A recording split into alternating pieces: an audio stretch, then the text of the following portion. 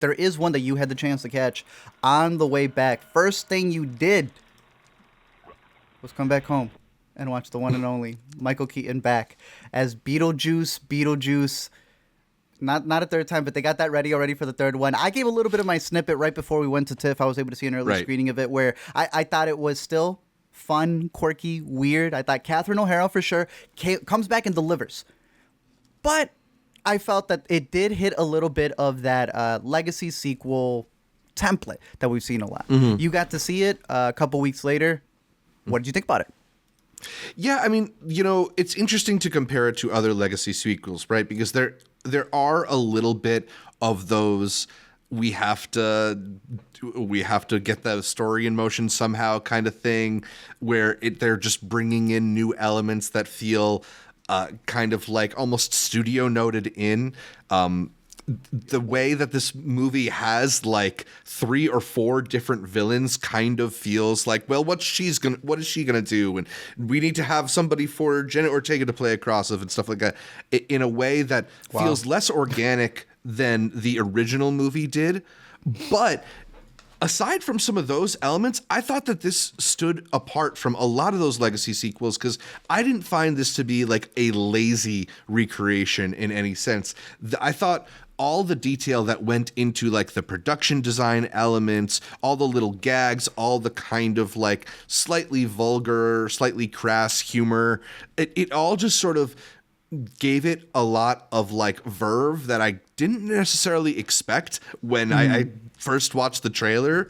I don't know. I had a pretty good time with Beetlejuice. I think that it's in many ways, it's a return to the things that made Tim Burton the kind of, iconic figure that he is. I feel like I've been on a bit of a cold streak with many of his movies, but the way that this film has like a playful correspondence, I guess, with like the darkness, right? It's not fully sardonic or cynical or anything like that, but it just has this sort of like kind of fun, jokey edge that feels like, for somebody who's maybe like a young person, it feels dark enough that you feel like you're doing something a little bit naughty, but it's all kind of in good fun. I thought it was a really good time. Would you rate it higher than what I gave it? No, that's kind of where I'm at, is 3.5, maybe like on the edge of a 3-star. Like it's definitely... It's inferior to the original in just about every way. I guess that's where I mean the legacy sequel side, but yeah. But like I didn't find it to be quite so cash grabby as I found a lot of legacy sequels to be. I thought that they, you can feel the effort, you can feel that there's some creativity. I love all the. I ended up loving all the bits when they would have. I guess lip synced elements, whether that's like dubbing in other languages or some of the musical elements that come in. All was really fun to me, and just like the way that this film has all these practical elements, whether it's the creature design or the bit of blood and gore and stuff like that, it all just felt sort of like playful in a way that I often don't find these films to be considered. Yeah, I thought the production design is really where it stands out because it's able to homage a lot of the stuff that got him the Oscar the first time around. I think that's the beauty to it. I think we're so used to so much CGI and the like that when you get something like that is actually practical, where they're using puppets, where the Bobs, bro, those little beetle minions. The Bobs. They're so funny to watch. They're so goofy. Just the idea of what they represent to Tim Burton and it being like working at a mundane job.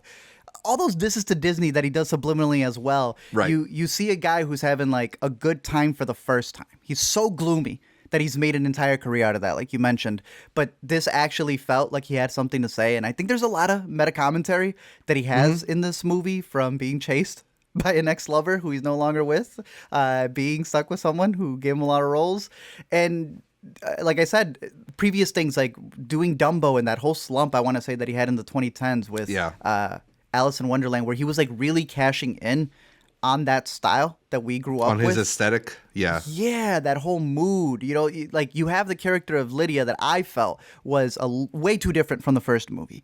And I don't think it made sense for Yeah. her character. But seeing it from his point of view and him thinking that he's Lydia, yeah, it makes a lot of sense.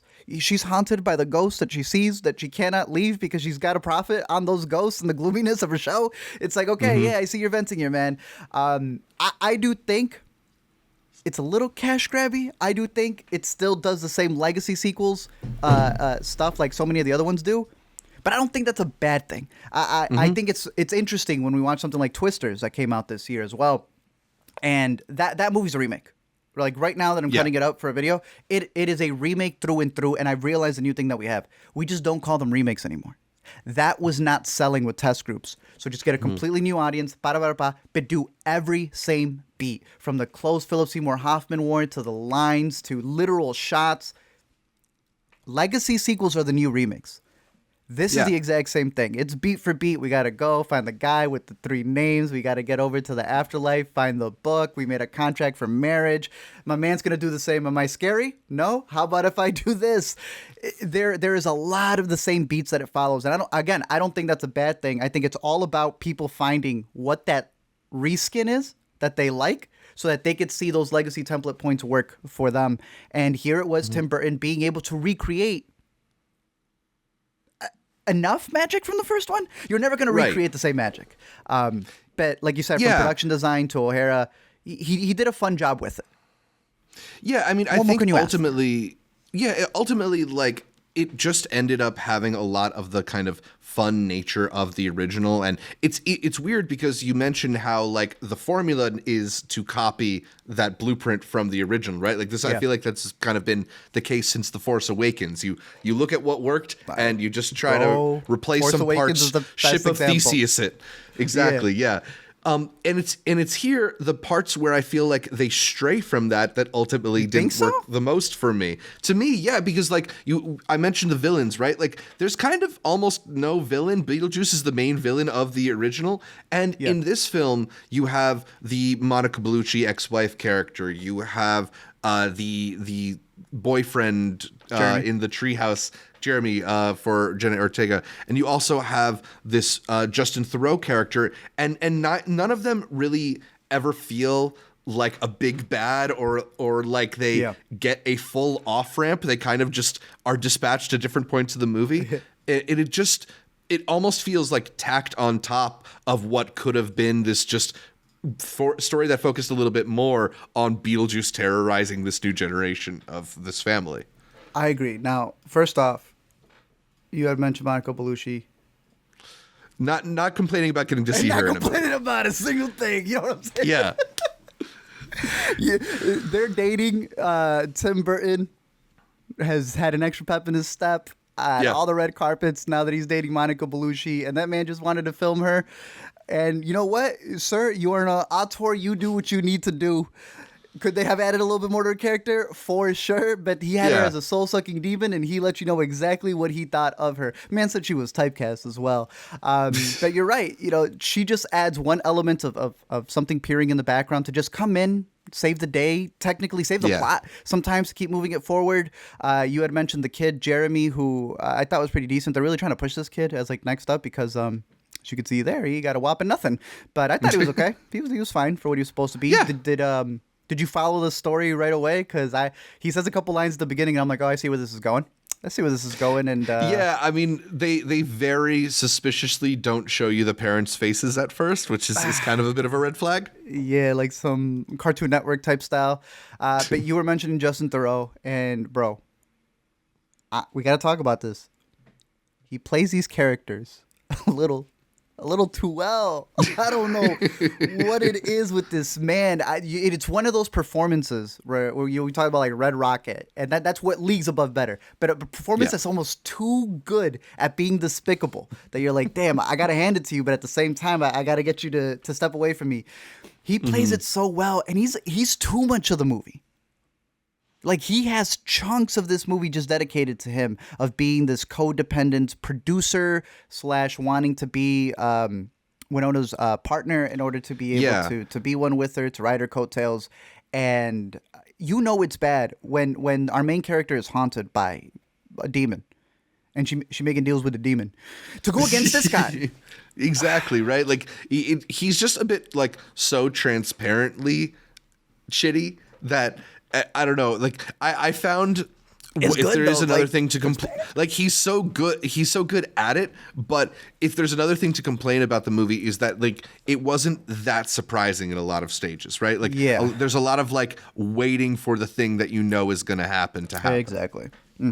But overall, I had a good time, especially whenever Catherine O'Hara was on screen. I felt Yeah. like she was still her character through and through. There's that moment where she looks at Lydia and she tells Winona, like, "Where's the goth I raised?" Because she's still just as funny as she's been. Also had an incredible Emmy presentation as well. Yep. But when it comes to Winona Ryder, I don't know.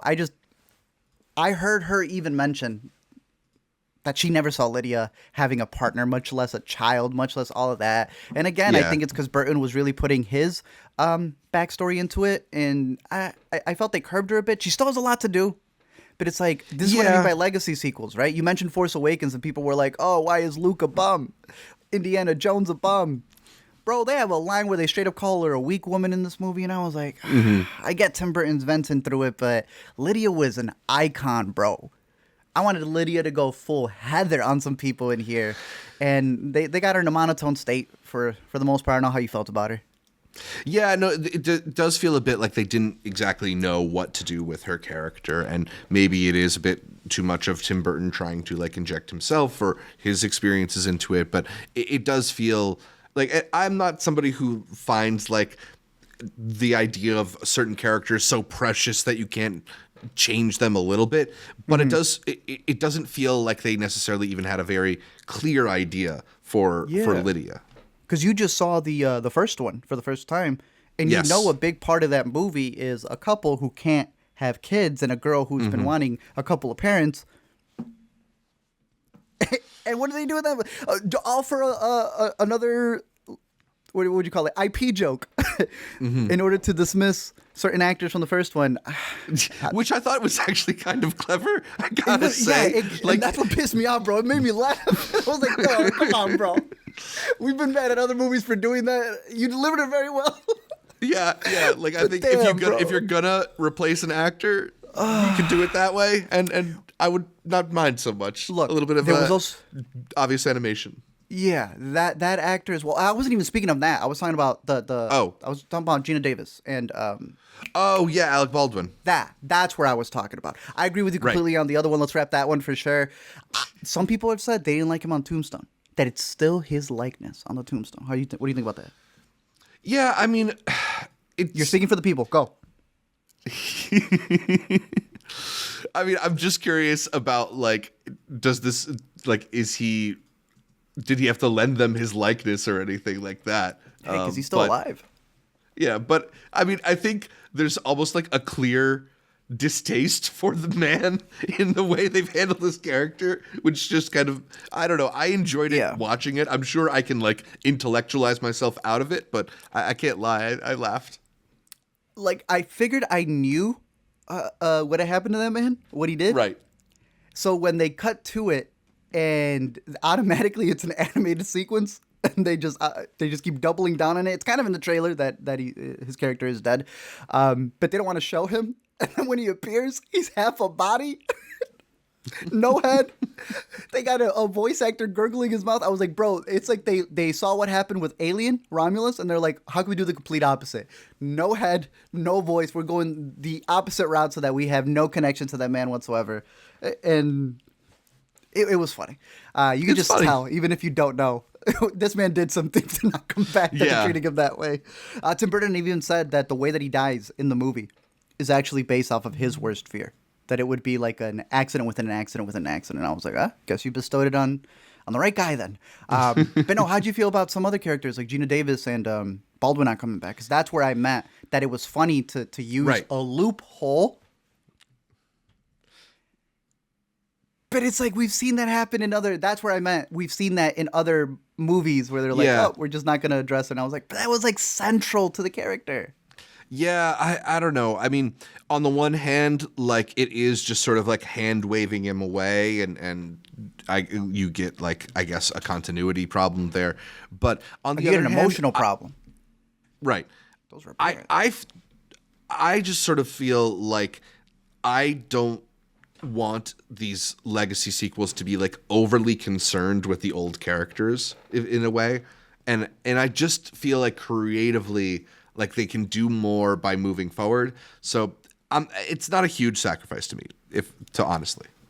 So they I moved did forward expect them by to show up, but exactly, but they moved forward by having Jenna Ortega just play Lydia Jr. What do you think about that? yeah. I mean, look, if you're going to cast somebody as a moody goth, Jenna Ortega's probably like our leading young actress to inhabit it. She again like didn't have like necessarily a whole lot to do, and it's kind of funny to like cast this character as a non-believer given who Lydia is. Like, I feel like at some point you'd come around, but I don't know. She's charming. I enjoy her in movies. Like, I think Finest that, Kind. And... Yeah. Like I think she didn't necessarily have like the splashiest role here, but she was enjoyable enough. Yeah. You think it's in her contract?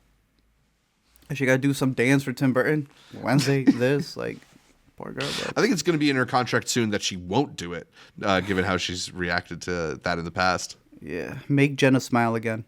And then finally, Michael Keaton. I always forget how little screen time he had in the first one. He comes in here, double the name on the title, but not double the screen time. He still fires on all cylinders, even if it is different from the first. And I had pinpointed it. I was like, there's something a little different here. I knew that in the first one, he improvised a lot. I had found out he had a stand-up career. I don't know if you knew that. I've been trying to find a stand-up, bro. He's so badass. You can tell he didn't get to improv here as much. But you had mentioned a black and white Italian thing that they cut to. That gets me, bro. How is it? Y'all wondering who tied the juice down? He just has a great sense of timing and his ability to deliver some of these lines. Yeah. Like, especially when he goes in and out of the Beetlejuice voice is so funny every time. It gets me. Yeah. It's a really excellent performance. He's so good at it. Yeah, no, he's fantastic. They do leave it up with a really weird ending. I thought it was like so random, and I know that that's a part of the Beetlejuice lore as well. I didn't think the first one ended like that. It had more of a bow to it, but I had read that Winona really wants them to be together. She thinks that Beetlejuice and Lydia are meant to be this like grumpy couple. I'm like, okay. And then Tim Burton said in a press conference that he was trolling people. He thought the ending was funny because he wanted to piss people off. And I'm like, damn, bro, for real. So I'm sure he's still working on a future installment where they'll go the full out. Yeah, I mean, look, times 3. Given how much money that it made over the last 2 weekends, it'd be very surprising if this is the last Beetlejuice movie we get. And I don't know, I kind of enjoyed the troll of an ending. I think so many times they try to wrap these movies up with such a nice, tidy bow. And Beetlejuice is not that. It's a little bit meta. It's a little bit silly. It's a little bit subversive. And that first dance from the first one, that's cute. I love that ending. Yeah. It's a great ending, but like, you know, I think it's not in the spirit of these movies to be a little bit subversive. I hate that animatronic. That's what it is. I never want to see that animatronic again in my life. In my Baby life. Beetlejuice? Disgusting. If I'm cute? I'm going to bounce them on your lap? Stop. Ridiculous. What are we marking it then? I stuck with the 3.5 because, again, I still think, even with my criticisms of it, that you cannot deny the production design. Shout out Catherine O'Hara. It's Tim Burton finally having fun again, which is good to see. And I hope it really reinvigorates him to do some more. I'm plugging the 3.5 in. You've got? I'm also going to go 3.5. I feel like that's more than fair for Beetlejuice. So we'll. So the math goes 2 stars. Yeah, no, we'll give it 3.5 on the Intercut letterboxed account, where we are also assembling our usual weekend must-watch lists. So if you want to follow along with every movie that we mention. The Intercutter meter. There we go. The Intercutter meter. I like that, actually.